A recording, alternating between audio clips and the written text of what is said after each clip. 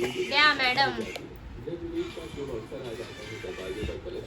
काय करणार भाई, कमी कर. एवढं पागल आहे का? एवढंच लागतं. मम्मा देते. विचार मम्माला जर हळद किती पाहिजे. मम्मा ए बघ एवढा बस.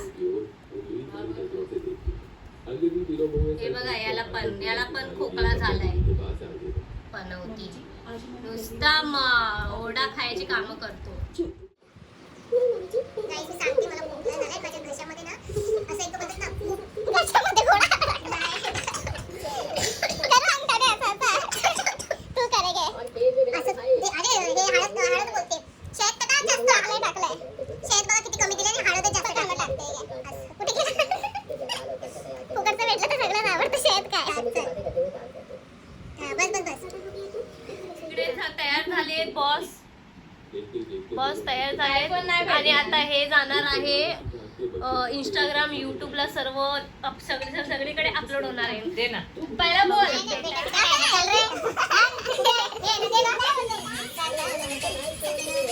एकच गाणं जेव्हा बघू तेव्हा.